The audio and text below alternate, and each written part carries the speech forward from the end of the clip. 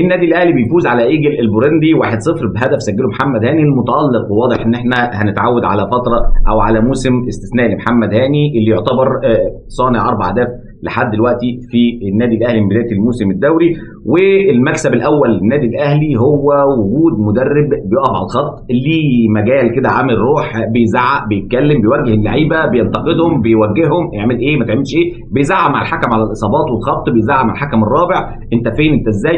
فالراجل عامل مجال على عكس اللي كان قبل كده، تحسش الراجل ده موجود عنده توحد، ما تفهمش، اخرس ما تعرفش، فمش فاهم هو بيعمل ايه، عايش برياكشن واحد ورد فعل واحد في كل اثناء المباراه، كسبان زي خسران زي متعادل، كل حاجه واحده. فالراجل وجوده مش مفهوم.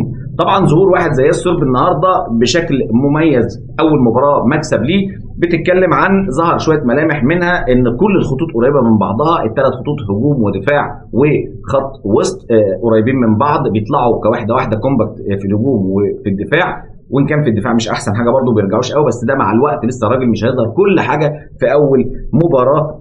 بساط كتير جدا جدا وسريعه جدا جدا من لمسه ولعبه لمسه ولعبه، ودي حاجه ما كناش بنشوفها في الاهلي الفترات الاخيره، وخصوصا في الجبهه بتاعه تريزيجيه اللي كان بيطول في كل كوره تقريبا. ده كان بيعمل خلخله وبيعمل فتح لثغرات كتير جدا جدا، لمسه ولعبه لمسه ولعبه ووان تو هات كتير. وظهر ده في الجون الاولاني، 2 لعيبه محمد هاني ومحمد علي بن رمضان ضربوا 4 لعيبه من فريق ايجل بورندي وراحوا حطوا جون واخترقوا الجبهه دي. كل تغييرات تقريبا كويسه في وقت توقيتات مناسبه. كمان عامل لا مركزيه بين اللعيبه كويسه، محمد علي بن رمضان كان بيطلع على مركز الجناح وكان بيخش زيزو في القلب في وسط الملعب، وتريزيجيه كان بياخد حريه حركه في بعض الاوقات. فكان كل ده عامل حاله كويسه جدا جدا. اللعيبه كمان لما بتشوف المدرب واقف على الخط بيزعق بيتكلم بيوجه، فاللعيبه كمان بتبذل كل اللي عندها عشان توصل لحاجه. هل ده كل شيء بالنسبه للمدرب؟ لا، في حاجات لسه ما عملهاش وهتبان مع الوقت، وفي حاجه ممكن تتكلم عنها اللي هي اسمها حمى بدايه المباريات او حمى بدايه او البدايات اللي هي بتاعت المدربين. مدرب لسه جاي جديد، فاللعيبه بتبدا تبذل اقصى ما عندها عشان تكون متواجده في التشكيل الاساسي، جري كتير، تنفيذ للتعليمات بمنتهى الدقه عشان تتواجد في التشكيل الاساسي. من ضمن الحاجات اللي ما شفتهاش لسه مع الراجل النهارده هو مثلا قبل الجون الاولاني للنادي الاهلي ما كانش فيه اي شوط من بره 18، حتى مع فك التكتلات اللي كانوا بيحاولوا فيها ما عرفوش، كان ممكن يكون في شوط من بره 18 وده ما حصلش. كمان ما كانش فيه اختراق من العمق، كان كله من الاطراف فقط لا غير وعرضيات، وبالتالي برضو لسه اختراق من العمق، واللي الراجل كنا بنتكلم ان الراجل ده بيحب الاختراق من العمق بشكل قوي جدا، لسه ما ظهرش عنده. غير كده الضربات الثابته هو دايما كان بيهتم بيها وبيوجد كثافه عدديه كبيره جدا جوه ال 18 في الضربات الثابته، وده اللي حصل وما نتجش عنها اي حاجه النهارده من لعيبه النادي الاهلي. الا اخطر كوره كانت بتاعه ياسر ابراهيم. فانت بتتكلم عن في شويه حاجات وملامح ظهرت بس لسه لم يتقن منها اشياء، وفي حاجات ما ظهرتش وما اتعملتش اصلا، فلسه مع الوقت شخصيته هتبان. كمان عندك تألق محمد هاني على مستوى من بدايه الدوري قوي جدا جدا، بينفذ تعليمات بشكل قوي بقاله من بدايه الموسم، واضح انه بيصالح جماهير النادي الاهلي كانت زعلانه منه. غير كده كمان مروان عطيه وحش او ملك القطريات والعكسيات، كل الكرات العكسيه اللي اتلعبت صحيحه 100% على محمد هاني في اليمين وعلى كوكا في الشمال، وده كان عن طريق تجميع اللعب، او لما بتكون الكره زنقت ناحيه اليمين او جمعت لعب ناحيه اليمين يبدا يرسل القطريه او العكسيه على كوكا او اشرف بن شرقي، وكمان العكس ناحيه الشمال كان بيرسل القطريه ناحيه محمد هاني اللي كان يعتبر فاضي معظم الوقت لوحده، وعمل خلخله كبيره جدا مع وجود محمد شريف الغير موجود تماما. ولولا الاختراقات من الاطراف كانت كتير مع وجود مهاجم كان يعرف يتمركز صح، كان بدل الهدف هيكون فيه 2 و3 و4.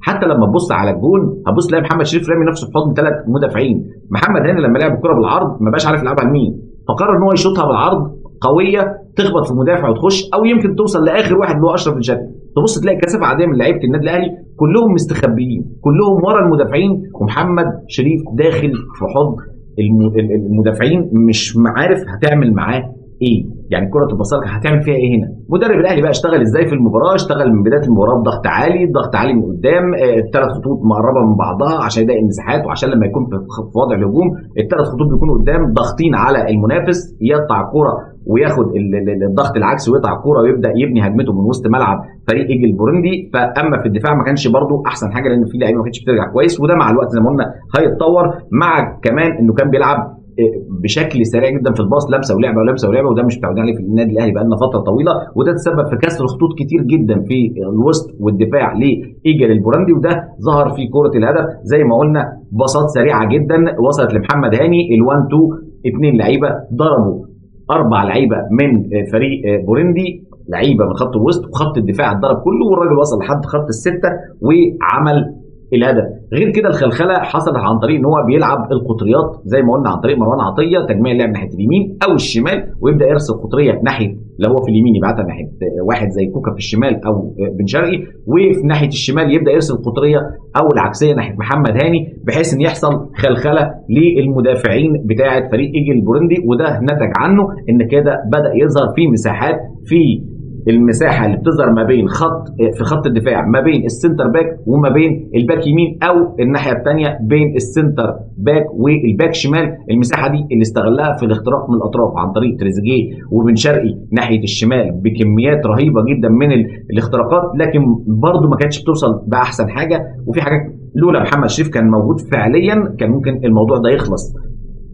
محمد شريف في كرة لعيب في الاهلي شاطها جت فيه، كانت رايحه في الجون، جت فيه وطلعت، يعني انت فاهم. محمد شريف حتى ما كان تايه في الملعب، مش فاهم يقف فين. كمان برضو من الناحيه اليمين الاختراقات كانت من ناحيه اليمين، من ناحيه محمد هاني ومن ناحيه زيزو، وكان من ناحيه محمد علي بن رمضان، اللي كانوا معظمها بيبقى زي ما قلنا عشان دول اوت سايد وينجر، كلهم بيلعبوا بيمينهم، ما حدش بيلعب بشمال ويخش للقلب، فكانوا بيلعبوا معظمها عرضيات. وبالتالي كمان الاختراق من العمق اللي جه منها الهدف حصلت مره او اتنين، ودي جديده على النادي الاهلي في الجبهه دي تحديدا، بقى لنا فتره ما بنلعبش فيها غير عرضيات بس. فالكوره دي اخترقوا محمد علي بن رمضان مع واحد زي محمد هاني، 1 2 1 2 او لمسه ولعبه بسرعه، ضربوا الخط وراحوا لاعبين الكوره بالعرض، وزي ما بين لك لعبت الكوره بالشكل ده ليه، ودخلت عن طريق انها خبطت في المهاجم او المدافع ليه. طبعا كل ده مع الكثافه العدديه كان بيوجد خطوره للنادي الاهلي، وطبعا على ارضه وعلى ملعبه هيكون في حاجه افضل من كده. الراجل عمل اختراقات كتيره جدا جدا زي ما قلنا من ناحيه اليمين والشمال.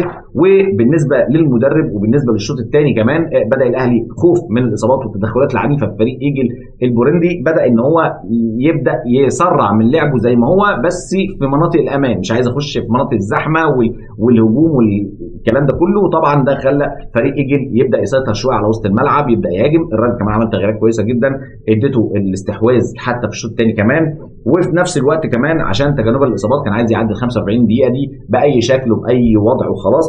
غير كده كمان تقدر تقول في النهايه ان الراجل ده خامه مبشره، او كفكر واضح ان هو مبشر، كشخصيه واضح ان هو من اول مباراه فرض شخصيته شويه وهيبدا يقول حاجه.